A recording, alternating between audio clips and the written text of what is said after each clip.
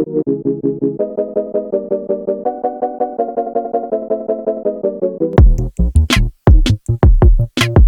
y'all, this is Tasha and I'm back with another video. Thank you so much for stopping into my channel. Today I'm just going to jump right into the video. If you watched my 2-month micro lock update, which if you haven't, I'm going to link right up here in the eye for you. I think it's over here or over here.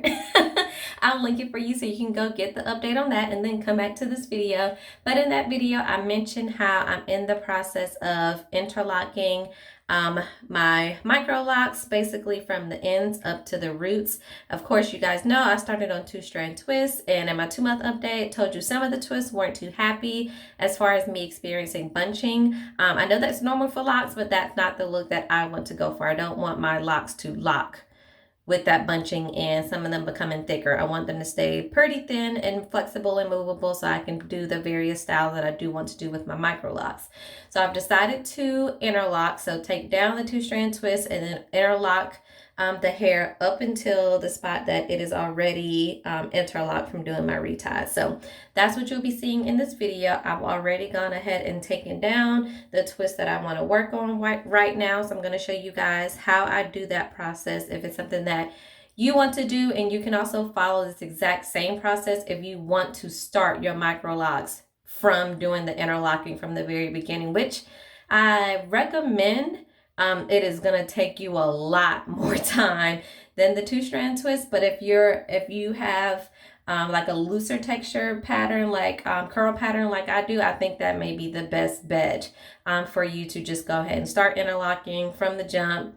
Go ahead and take the time to do it from the beginning, and then you won't have to worry about this step that I'm having to do. It's just going back, but you know, I'm okay with doing it. Lesson learned. It's all right. So I just take down the twist, use some rose water to spray on it after I have it down, and then just use my detangling brush to detangle to kind of get it out of that two-strand pattern that it was in. And then for me, to help me keep track of which lock I'm working on, because if it, drops and or if we're working on one in the middle and it's harder to see, this helps me keep track of which one I'm actually working on at the moment. So I just take these little clips and just put it at the basically at the very end of where the reties start, which you can see for this one is right here. So I'm going to put it just above that so that I know exactly where I'm going and where I'm stopping once I get up there. But what you want to do is basically you're going to still split the hair as if you were doing a two-strand twist. You want to try to get most of the tangles out because it's going to help you when it's time for you to actually interlock. So get the size as even as you can when it comes to the size that you're going to use. And then at the bottom, you want to start at the very bottom. You basically want to start two-strand twisting, but you don't want it to go up the shaft of the hair. You want it to stay at the bottom so that you can have that as your solid base to start interlocking. So what I do is take my 2 strands, I take my finger, and it doesn't matter whichever finger feels comfortable for you. You stick it in the middle of those 2 twists to keep the hair from twisting up. So here I'm going to stick my index finger in the middle, got my my middle finger here and my thumb over here to help hold the 2 strands. And then I'm going to use my other hand and the thumb from this hand to start twisting at the bottom. So you see this index finger is staying here because I want this to help make it the solid base for the bottom of this lock. So I'm going to just 2-strand twist, borrow some of the hair. Yes, borrow some of the hair from each side because that's going to help it stay, and that's what you want, is that solid base. So don't just do it straight down. Borrow some of the hair from side to side as you're going down. But as you go down, you can feel and you can see here that when I'm pressing down on this part, it's not, my finger isn't simply going straight through the twist. So I'm establishing that good base at the bottom. Once you have a base started, then you can start interlocking up the shaft of the rest of the hair. Do want to note that you want to make sure you're doing this in the rotation that you're using to retie your hair. So I do a 3-point rotation when I do my reties. So I'm going to do 3-point rotation with this hair. So just make sure to do that, no matter if you're doing it this way or if you're starting your micro locks off this way. If you're going to do 4-point rotation, retying going forward, do that when you initially do this, just so they can keep the lock the same size throughout. So once I have a base, I'm gonna still hold everything because it's not quite secure quite yet. And then I'm gonna start interlocking. So basically just like using my tool, but using my fingers instead, just because I have so much space. It's easier to maneuver at this point using my fingers. And then once I get smaller and smaller, that's when I'll actually use my tool. So what you wanna do is you want to basically start from the top of where it's interlocked and roll your finger down. You see how it's starting to confuse the hair already. Bring it down, and then you want to bring it to still the 3-point, for me, 3-point rotation. So that would have been a 9 o'clock that I just did. And then you want to bring your finger down again. You just want to try to get it in different spots every time so that it's not just cutting down that same piece in the middle. So pull my finger down, got another spot, and this is basically the 12 o'clock that I'm doing. Gonna do it again. It really helps if you have a little bit of a fingernail to kind of, help part that hair. And then I'm gonna go back through 9 o'clock. Gonna come back down again, come up to 6. Come back over to 9. I'm gonna go back in for 12. Go back in for 9 again. Go back up for 6. So that's all I'm doing is the same 3-point rotation I do for my retie. I'm just doing it at the bottom. So for 3-point rotation for me, I'm hitting the 9 o'clock, I'm hitting the 12 o'clock, going back to the 9 o'clock, and then hitting the 6 o'clock, and then just keeping that same process all the way down the lock. So as you do that, you can feel when your base is getting really sturdy and when you feel like the hair is actually locking, and you will feel the difference. Like I can feel the difference between these locks and the locks that I started with my Two-Strand Twist. These feel a lot more solid and lock worthy, shall I say, versus the Two-Strand Twist. They still feel very soft. Not that these are like rock hard or anything, but I can definitely feel the difference in the texture of the hair. So that's how I'm easily able to tell which ones I've done and which ones I am still working on and need to get done. So I'm just gonna let me do one more so that I can show you the progress that's been made. And you see I keep going back because I want to get the sides as even as I can. I don't want one side to be super skinny and the other side be super thick because I want the lock to be stable as it matures. So that's why sometimes you see me going through more than once, because maybe like this, once I do it, this side it's a little bit too skinny compared to this side, and I don't want to use that, so I'll go through again and see now that's a little more even and do it again. But now you can see here my base is getting a lot more solid. So my twist I started with is down here, and then this is where it's starting to actually interlock, and that's still the loose hair. So you basically just have to keep doing this process over and over and over again until you've worked it all the way up the entire length of the lock. So it is definitely a time-consuming process. On average, each lock takes about 8 to 10 minutes for me to redo.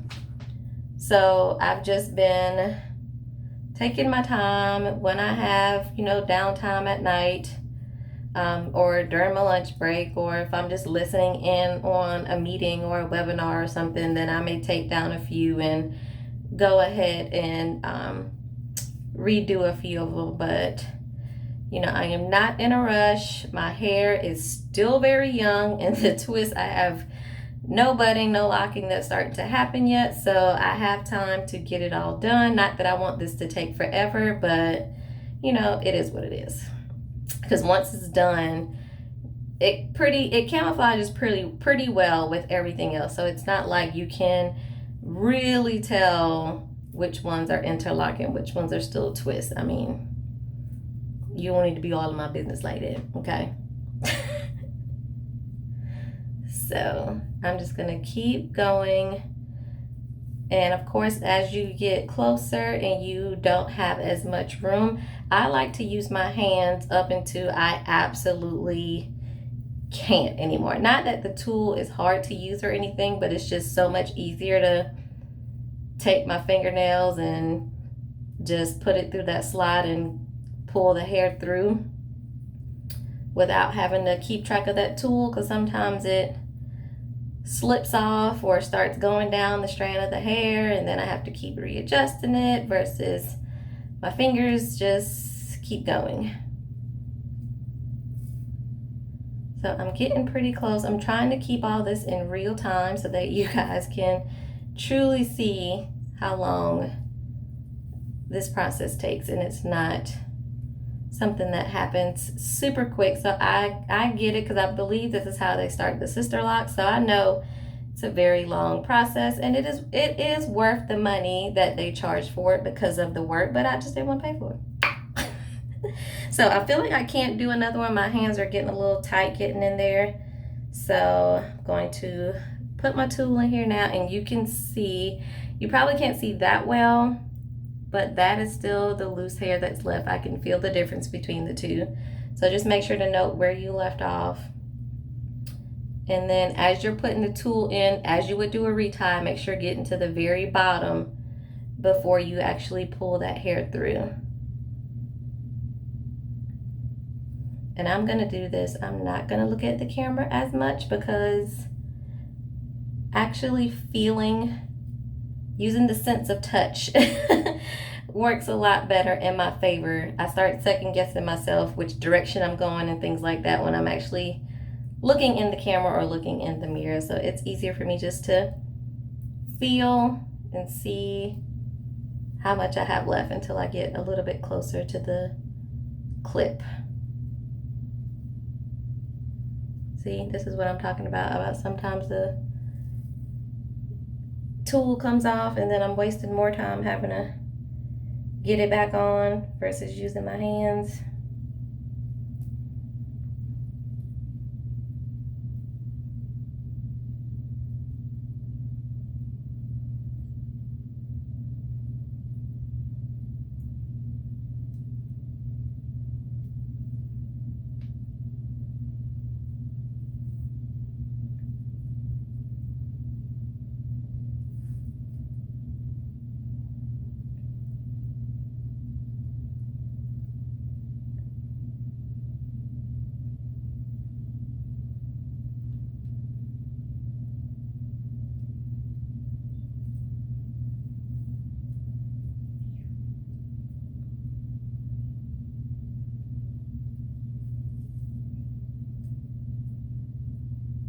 All right, I think I may have one more.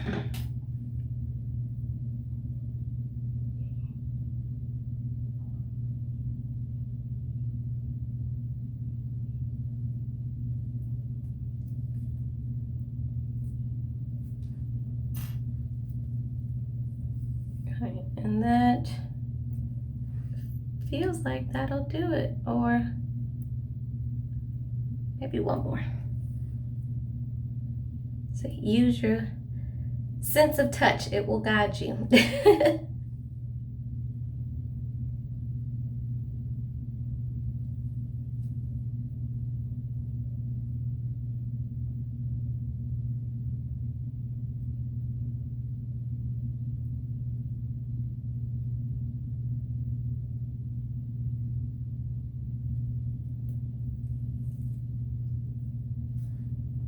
All right.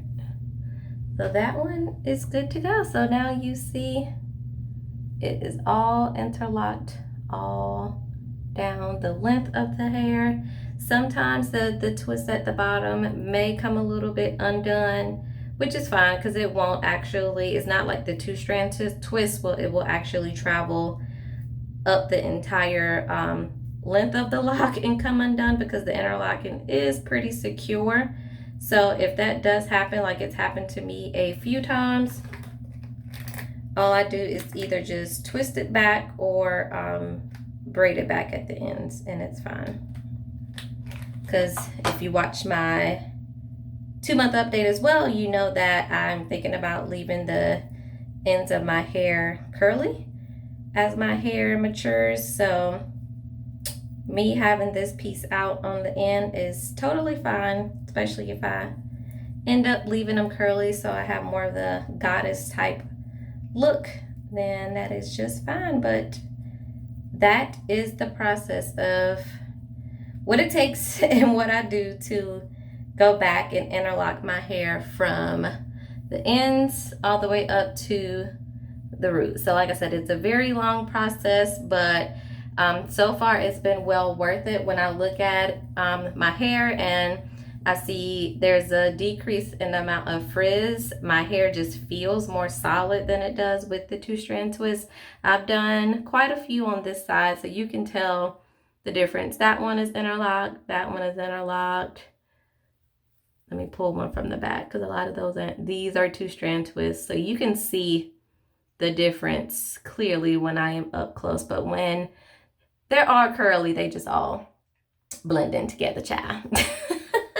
Don't nobody know. But I try to do this when my hair is like when I'm getting closer to doing a wash day, because usually if I've just washed my hair, I've usually two-strand twisted it or braided so that I'm wearing more of a crimpy curly look.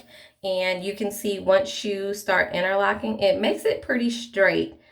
So it doesn't hold it that well from it being curly. So once I do that, they kind of start standing out because it's like, oh, this is straight. The other one was pretty curly that's right next to it.